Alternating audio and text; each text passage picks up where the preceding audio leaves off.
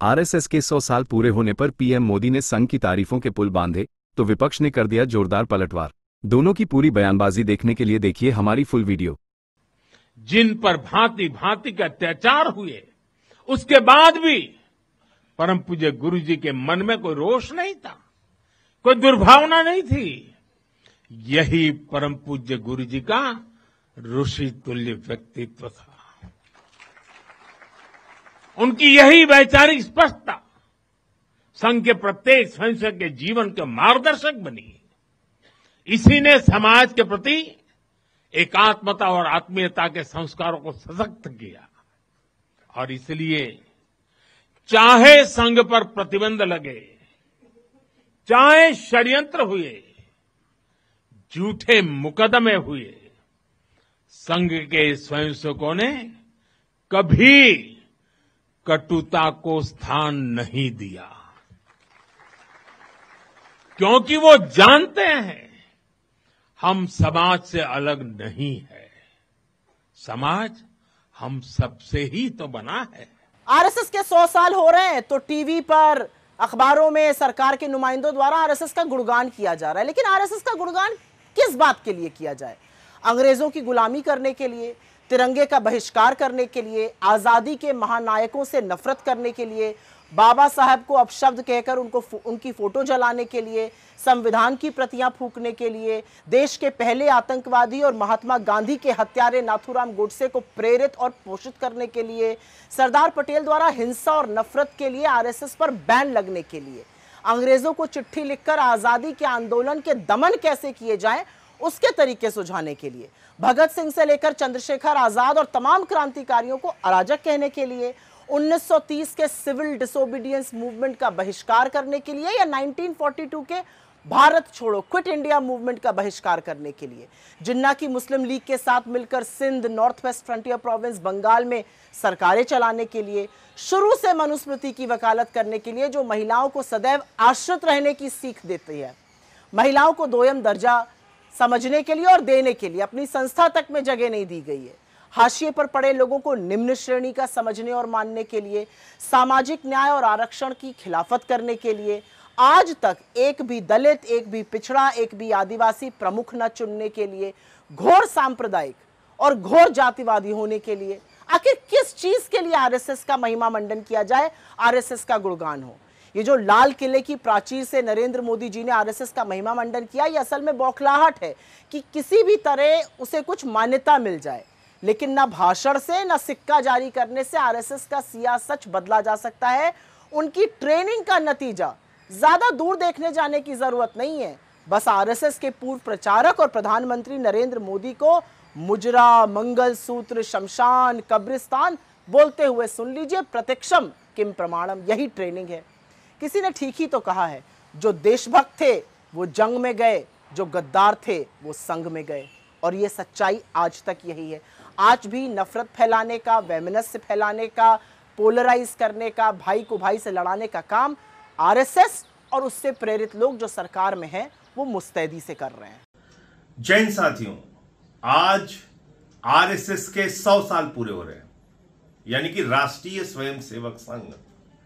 नाम में क्या लिखा हुआ है? राष्ट्रीय।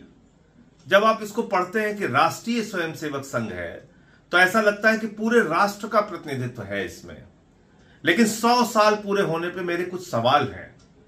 वो तीखे भी हैं, कड़वे भी हैं, लेकिन सच्चे भी हैं। 100 वर्षों में इस देश की 85% लोगों की हिस्सेदारी आरएसएस में क्यों नहीं हुई? 100 वर्षों में एक भी दलित आरएसएस का प्रमुख क्यों नहीं हुआ? एक भी आदिवासी आरएसएस का प्रमुख क्यों नहीं हुआ? एक भी पिछड़े वर्ग का व्यक्ति आरएसएस का प्रमुख क्यों नहीं हुआ?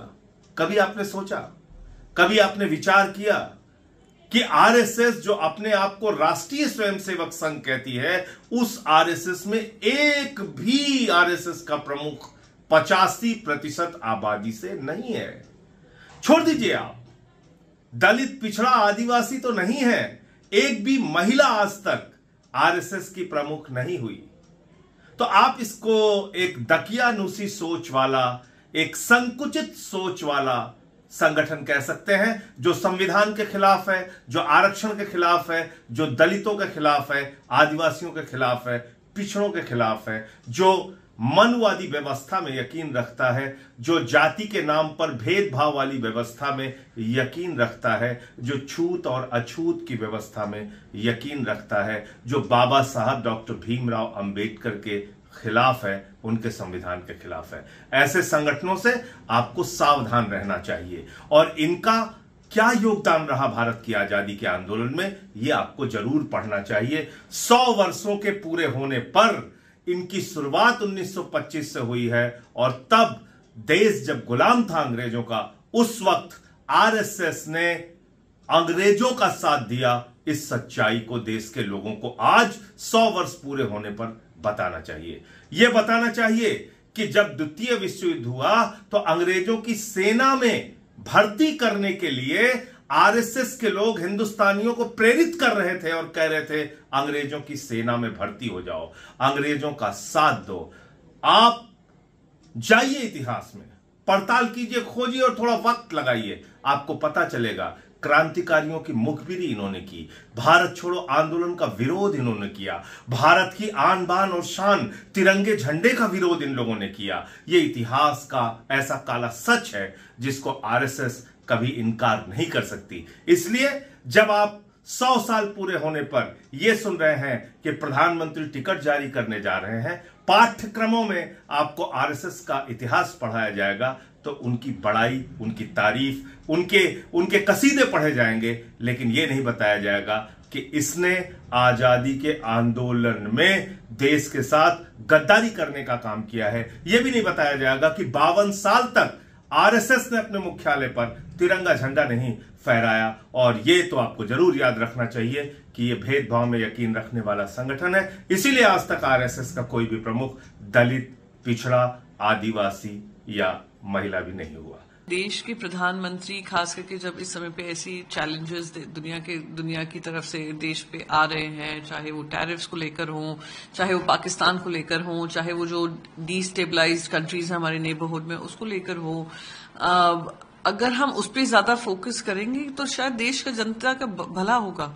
पर ये बार बार हम डेमोग्राफिक जो बात कर रहे हैं, चेंजेस के बारे में बात कर रहे हैं कि इट्स अ बिगर थ्रेट, तो कहीं ना कहीं एक एजेंडा दिखाई देता है जहां पे वो जो ध्रुवीकरण वाला एजेंडा है उसी को टेकिंग फॉरवर्ड बातचीत की जा रही है। इस समय पे पूरा देश आपके साथ खड़ा है प्रधानमंत्री जी। ऑपरेशन सिंदूर, पहलगाम के आतंकवादी हमले के बाद सब आपके साथ खड़े हैं। अब समय आ गया है कि सबको एक साथ लेकर एक ही भाषा में बात कर अगर आप कहते हैं जो सबका साथ सबका विकास की बात करते हैं, तो उस कॉन्टेक्स्ट में ये भाषा थोड़ा डाइकोटमी लगती है, थोड़ा लगता है कि क्या अगर आपको हमारे चैनल की वीडियो पसंद आई हो तो उसे लाइक, शेयर और सब्सक्राइब करना न भूलें। वीडियो को अंत तक देखने के लिए आपका धन्यवाद।